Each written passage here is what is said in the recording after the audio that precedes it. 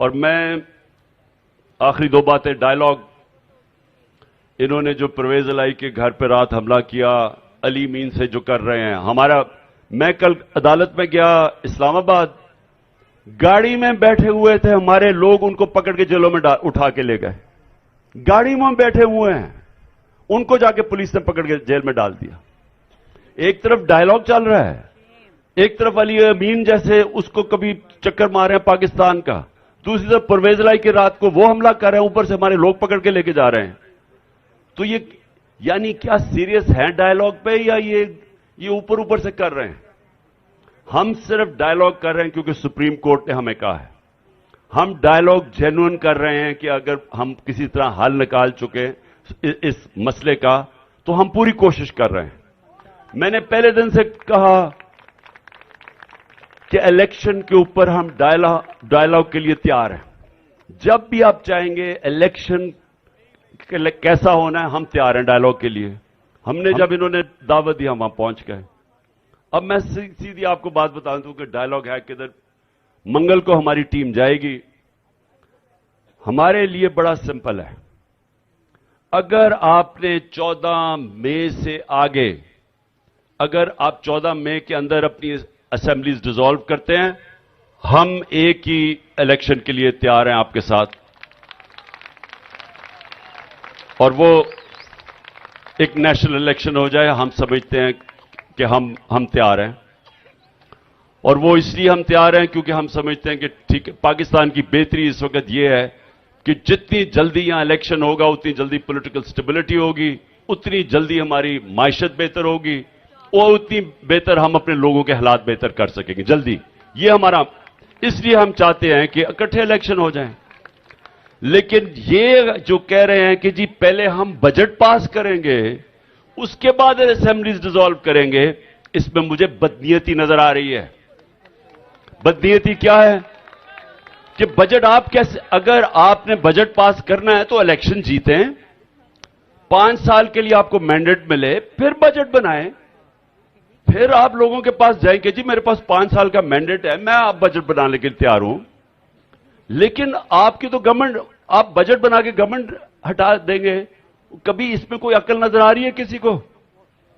यानी आपके पास मैंडेट ही नहीं है बजट बनाने का, क्योंकि आपका बजट कोई और उसका बोझ उठाएगा।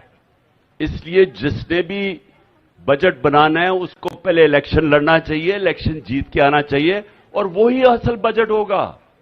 क्योंकि वो बजट फिर सोच समझ के बताएगा कि उसे 5 साल अवाम का सामना करना पड़ना है, वो बजट बनाएगा। तो ये हमारे से बदनीयती ना करेंगे, बजट के बाद हम असेंबलीज डिसॉल्व करेंगे, क्योंकि ये हमें कबूल नहीं है। 14 से पहले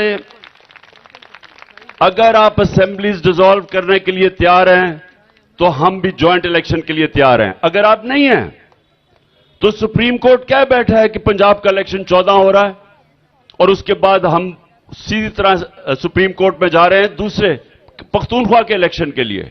तो हम फिर अपने 2 सूबों में इलेक्शन करवा लेंगे, क्योंकि सुप्रीम कोर्ट ने क्या है, आइन ये कहता है कि 90 दिन में होना चाहिए, ये हमारा राइट है, ये आइन भी कहता है।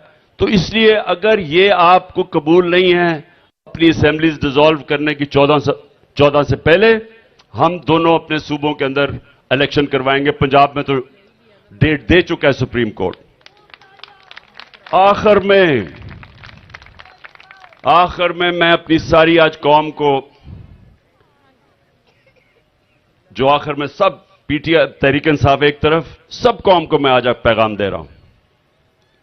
पीर को 1 मई है, 1 मई, जिसको लेबर डे कहते हैं, इस्लामाबाद में, पेशावर में और लाहौर में हम अपने मजदूरों के लिए सबसे पहले तो हम एक रैली निकाल रहे हैं। मैं रैली, लाहौर की जो रैली है वो मैं लीड करूंगा। लाहौर की जो रैली है वो लिबर्टी से मैं शुरू करूंगा, और वो हम पैदल की हमारी रैली होगी, और वो इंशाल्लाह हम नासिर बाग तक जाएंगे। और 1 बजे, पीर को 1 बजे मैं वो लीड करूंगा। उसी तरह 1 बजे शाह महमूद कुरैशी इस्लामाबाद की रैली लीड करेंगे, और परवेज खटक पेशावर की रैली लीड करेंगे। इस रैली इसका दूसरा मकसद क्या है? आइन बचाओ और पाकिस्तान बचाओ। आइन के लिए, उसके तहफ़्फ़ुज़ के लिए, अपने मुल्क की जमहूरियत के मुस्तकबिल के लिए यह दूसरा हमारा पॉइंट होगा रैली का, कि हमने अपने मुल्क के आइन के लिए खड़े होना है। और सारी कौम को, मैं वकीलों को, खास तौर पे पाकिस्तान के वकला को मैं दावत दे रहा हूं कि आपने हमारे साथ मिलकर रैली में शिरकत करनी है। और उसके बाद मैं अब सारा तनख्वाहदार तबका पाकिस्तान में जो महंगाई में पिस चुका है,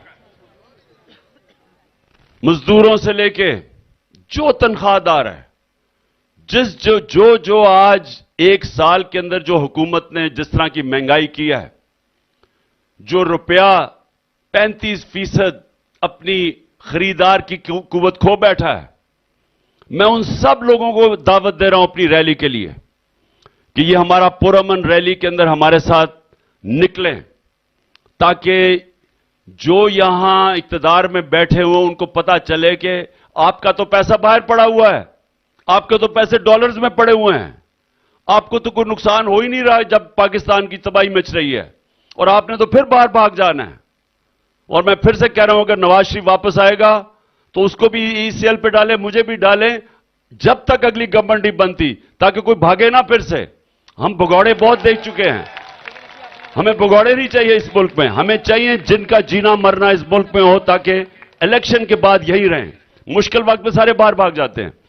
तो जो भी तनख्वाहदार तबका है, चाहे वो पुलिस वाले हैं, चाहे वो फौजी हैं, चाहे वो हमारे सरकारी नौकर हैं, चाहे वो प्राइवेट फर्म्स में काम करने में जिनकी तनख्वाहें होती हैं, जिन्होंने देखा है कि अब, और घर में जो ख्वातीन बैठी हुई हैं, उनको पता है कि तनख्वाह में कितनी, अब घर में क्या मुश्किलों का सामना करना पड़ रहा है जिस तरह की महंगाई आई है।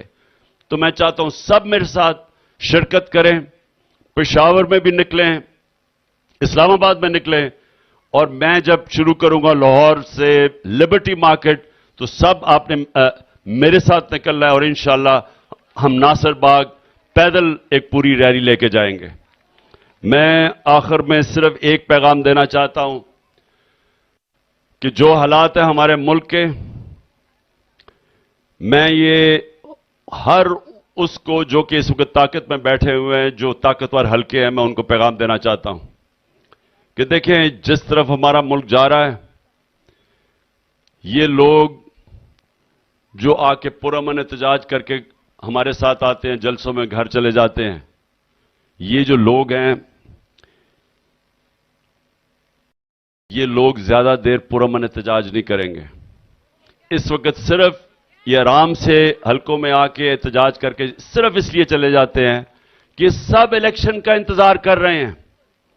इनको जो गुस्सा है, जो यहां जुल्म हुआ है इस मुल्क में एक साल, ये सारे इलेक्शन का इंतजार कर रहे हैं जिधर इनका गुस्सा निकलेगा, जिसकी वजह से ये भाग रहे हैं इलेक्शन से।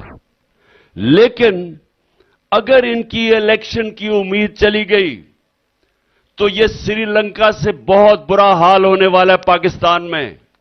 अगर आपने इनकी इलेक्शन की उम्मीद ले ली, ये लोग फिर जब सड़कों पे निकला है तो ये किसी के काबू में नहीं रहेंगे।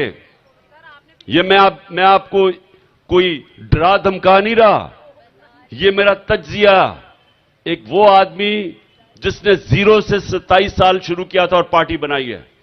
जो लोगों के अंदर इस वक्त गुस्सा है, वो इस वक्त सिर्फ जलसों में आते हैं, हमारी रैलीज में आते चले जाते हैं।